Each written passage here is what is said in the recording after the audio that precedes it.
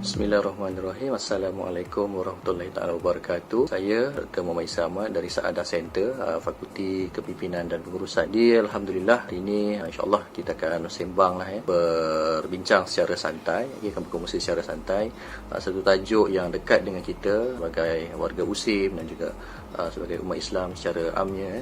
Jadi insya-Allah saya akan bawakan tajuk tu memahami psikologi warga Muslim di ambang Ramadan dan Syawal di musim penularan wabak COVID-19. Alhamdulillah, syukur pada Allah, dah hampir sebulan Perintah Kawalan Pergerakan yang dikuasakan oleh kerajaan, oleh Perdana Menteri kita. Dan saya percaya sebagai seorang individu, seorang manusia dalam tempoh yang sebulan ini, kita memasuki fasa PKP yang ketiga. Pelbagai kesan psikologi, pelbagai kesan secara fizikal yang banyak memberi impak kepada kehidupan kita seharian. Jadi insya-Allah bagi pembincangan tajuk ini, saya ada beberapa soalan yang saya telah gariskan untuk kita bincangkan. Yang pertama, dari segi bagaimana psikologi bekerja kaki tangan universiti di USIM, sama ada kaki tangan akademik, kaki tangan pentadbiran. Jadi it's time selepas hampir sebulan ni untuk kita refleksi balik jadual rutin kita. Berapa jam sebenarnya yang kita dapat spend masa dengan berkualiti menguruskan hal ehwal rumah tangga. Dan berapa jam pula kita dapat menguruskan kerja kita, sama ada kita menguruskan dari segi keperluan untuk panggilan mesyuarat ataupun menyediakan kalau pesyarat seperti contohnya menyediakan kertas-kertas kerja ataupun proposal dan sebagainya, ataupun mengikuti kursus-kursus online. Jadi apa yang mungkin kita terfikir, apa yang mungkin kita dapat, apa output kita pada hari tersebut. Sebagai contoh, hari ini hari Senin, saya sebagai contoh sebagai bapa, ketua keluarga dan juga kaki tangan yang masih dibayar oleh majikan. Jadi apa output yang saya boleh jangkakan hari ini boleh dapat, dan dalam masa yang sama tuntutan untuk menguruskan keluarga, di mana anak-anak masih lagi perlu disediakan sarapan dan juga makanan secukupnya pada waktu yang dah ditentukan, daripada sarapannya, makan tengah harinya, makan malamnya.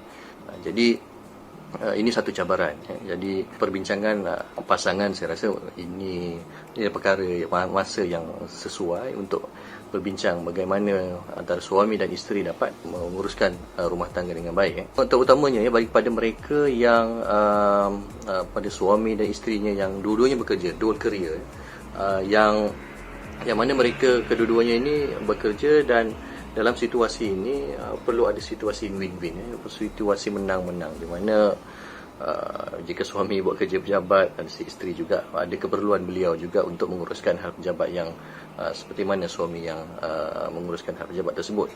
Dan of course dalam hal ini kita melihat dari segi keperluan anak-anak kita, dan bagaimana melihat keperluan anak-anak dari segi tugasan yang diberikan oleh guru-guru kelas dari sekolah. Anak-anak ini perlu dibantu dengan tugasan harian ataupun kerja harian yang perlu diselesaikan yang diberikan oleh guru melalui grup WhatsApp. Jadi ini sebenarnya memberi lebih banyak, kita katakan sebagai perlu mengurus masa dan juga fokus kita dengan lebih berkesan. Dan yang kedua, bagaimana pula psikologi pelajar USIM. Ini sama ada pada mereka yang berada di kampus ataupun pada mereka juga yang dah selamat pulang ke kampung sebelum tempoh PKP. Jadi mungkin pada pelajar yang berada di kampung pada awal-awal tempoh PKP, jadi arahan masing-masing mungkin agak kurang jelas. Dia telah pulang ke kampung walaupun kerajaan tidak membenarkan adanya pergerakan secara masif. Jadi pelajar yang di kampung ini, cabaran utama mereka jika bila pensyarah-pensyarah ingin mengadakan online kelas ataupun kelas secara dalam talian, kerana ada sebahagian mereka memang datang daripada keluarga dan tempat yang tidak mempunyai akses internet yang baik.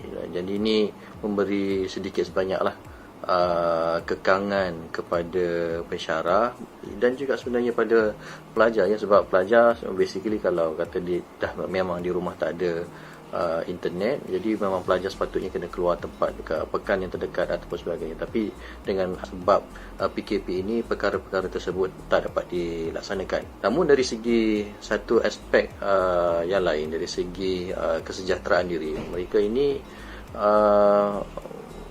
mereka mendapat sumber sokongan yang terkuat dalam kesejahteraan diri mereka ini daripada keluarga mereka. Kerana saya percaya pelajar-pelajar, saya dulu pun pernah jadi pelajar, bila balik ke kampung atau balik ke rumah ini adalah satu perkara yang memberi kelegaan lah, jadi kelegaan, relief kat situ. Dapat menjumpa mak ayah, dapat spend time dengan mereka ataupun dengan adik-beradik yang lain. Jadi masih lagi ada beberapa segelintir pelajar yang masih lagi berada di kampus.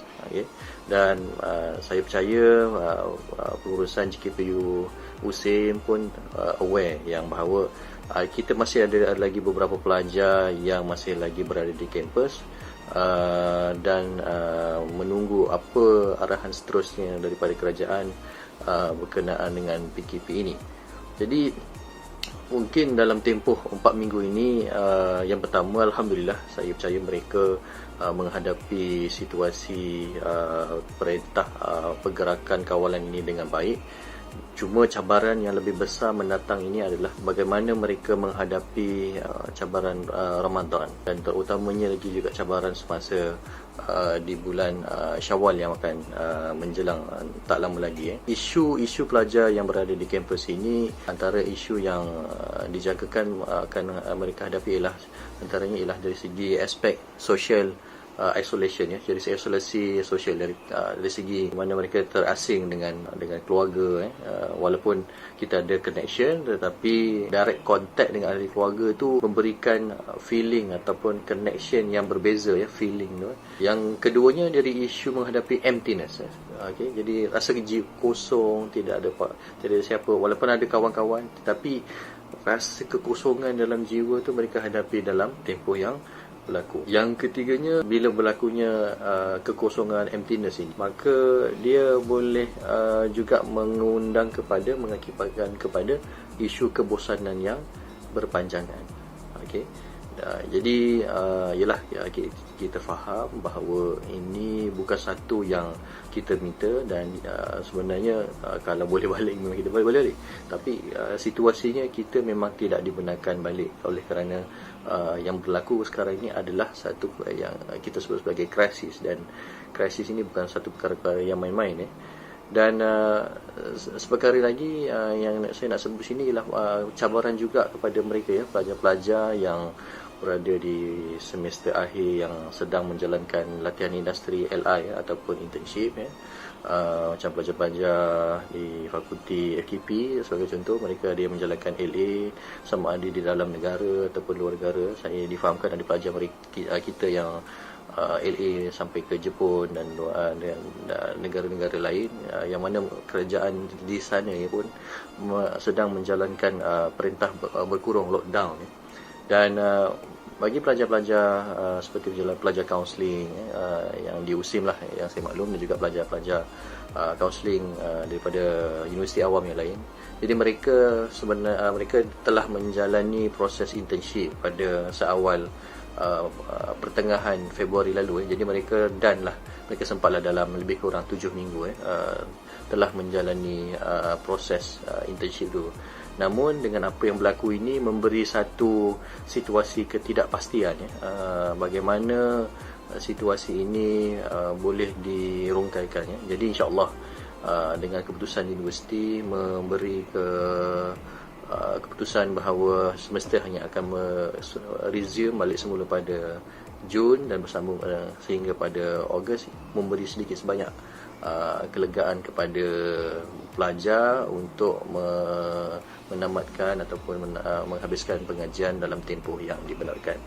Yang ketiga, bagaimana psikologi kaki tangan Usim, staf Usim, bagaimana menghadapi bulan Ramadan dan Syawal di era COVID-19 ini. Jadi saban tahun kalau kita perhatikan, setiap tahun bila Ramadan menjelang dan tak lama lepas tu akan ada Syawal. Jadi masing-masing kita mempunyai satu pengalaman hidup yang tersendiri yang dan unik, dan ini kita develop rutin yang sesuai dengan cara kehidupan masing-masing.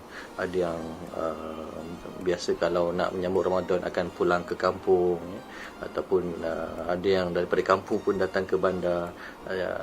Yang pentingnya ada perhubungan yang bersama mereka yang significant others lah, ataupun mereka yang penting dalam kehidupan mereka, dengan mak ayah kita, dengan tok wan, dengan nenek ke. Jadi ini ada perkara yang rutin yang selalu kita buat saban tahun ketika menjelangnya Ramadan, ketika menjelangnya bulan Syawal.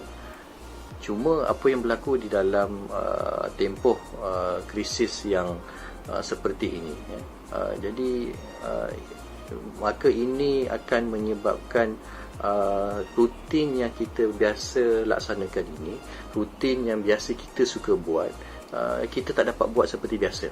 Okey. Jadi dengan berlakunya situasi ini, dia akan menyebabkan kita akan menghadapi feeling loss. Mungkin pada seseorang, ada certain individu dia akan rasa tak ada masalah sangat, dan cuma ada individu-individu yang lain, this is the really quality time yang sebenarnya perlu diberi perhatian, kerana this is the, kita kata, significant event lah dalam kehidupan individu tersebut. Cuma kita perlu faham di sini bahawa apa yang kita hadapi bulan ini, saat ini, kita berada di dalam satu tempoh krisis. Apa itu kita faham tentang krisis? Krisis ialah di mana satu situasi di mana masalah yang dihadapi itu kita tak dapat selesaikan, okey, dan bila tak dapat diselesaikan dan dia menjadi melebihi daripada kapasiti untuk kita uruskan, jadi dia menjadi krisis. So mungkin dalam konteks ini kita kata ada individu yang dah ada pun krisis sebelum ni, tetapi apa yang berlaku pada tahun ini, krisis yang kita hadapi adalah krisis yang bersifat global. Semua orang hadapi ini sama ada kita orang kaya ke, orang miskin ke, kita ada kampung ke, kita tak ada kampung ke. Situasi ini berlaku pada semua orang dan semua orang terkesan. Dan ini yang perlu masing-masing kita faham, bahawa apa yang berlaku ini sebenarnya adalah kita harapkan, dan saya mengharapkan adalah perkara yang berlaku secara sementara sahaja. InsyaAllah along the time kita akan dapat menghadapinya. Okay, sebab apa yang berlaku dalam teori of change pun, okay, jadi sama ada perubahan itu dia berlaku secara alami, secara fitrah, ataupun perkara perubahan itu datangnya daripada keazaman individu tersebut. Jadi terpulang sama ada perubahan itu datang daripada luar ataupun perubahan itu datang daripada dalam. Jadi konteks yang mesejnya di sini adalah kita perlu beradaptasi dengan situasi krisis agar kita tidak berkonflik krisis itu dengan kemahuan diri yang mungkin kita tak dapat laksanakan seperti biasa. Dan akhir sekali soalannya, bagaimana kita sebagai warga Usim dapat memberikan sokonganlah kepada kaki tangan staf dan juga kepada pelajar-pelajar yang memerlukan sokongan ketika musim wabak COVID-19 ini melanda. Alright, jadi banyak perkara lah yang boleh kita sentuh, dan saya percaya berilah apa yang kita ada. Kalau kita kata ada kemahiran dalam memberi nasihat, saya rasa itu dah cukup bagus. Dan jika kita boleh memberikan sokongan, keperluan asas, keperluan asas mereka sekiranya mereka perlukan bantuan, perlukan makanan harian dan perkara-perkara yang lain. Dan saya rasa itu ada satu perkara yang hikmah yang sebenarnya Allah nak menunjukkan rahmat ada di sebalik COVID-19 ini, yang mungkin kita perlu kita syukuri. Dan saya percaya di sinilah sebenarnya peluang untuk pada saya, pada rakan-rakan, pada semua rakan pentadbir dan juga ahli akademik, untuk kita dapat berinteraksi dan memahami, berhubung dengan cara yang baiklah, sama ada mereka ada pelajar tempatan atau pelajar luar negara. Dan saya percaya masing-masing mereka they have their own struggle yang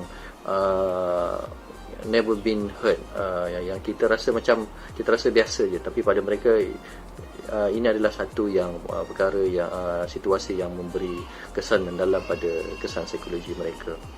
Dan pada saya, antara yang mungkin boleh kita gunakan atau memainkan ialah berusaha untuk jadi pendengar yang baik. Walaupun sebenarnya mendengar yang baik ini bukanlah satu pekerjaan, bukan satu tugas yang mudah, sebab pendengar yang baik maksudnya kita mendengar secara reflektif, kita menjadi cermin kepada apa yang mereka cuba sampaikan, dan kita tak ada come out dengan satu kita jump kepada satu judgement lah, dia cakap macam ni sebab kita tak ada kita buat satu judgement, penilaian lah kenapa satu-satu tindakan atau satu-satu kenyataan tu dibuat. Jadi itulah yang antara perkara yang boleh kita kongsikan, dan insya-Allah semoga dengan apa yang berlaku, penularan wabak COVID-19 ini memberikan kepada kita peluang untuk kita lebih banyakkan amalan dan berdoa agar wabak COVID-19 ini dapat kita harungi dengan baik, dan kita dapat mengharungi kehidupan kita dengan cemerlang. Semoga apa yang kita lakukan ini mendapat keberkatan, sebab kita nakkan satu saja, iaitu husnul khotimah, dan insya-Allah kita mendapat keridaan dan keberkatan daripada Allah Subhanahu Wa Taala. Saya rasa itu saja yang dapat saya kongsikan. Maaf atas segala kekurangan segi konten penceritaan, dan juga mungkin dari segi perkara yang disampaikan ini tak memberi manfaat sebaiknya, selayaknya. Yang baik itu datang daripada kelemahan itu datang daripada diri saya, yang baik itu datang daripada kuasa Allah Subhanahu Wa Taala. Saya akhiri dengan wabillahi taufik wal hidayah. Assalamualaikum warahmatullahi taala wabarakatuh.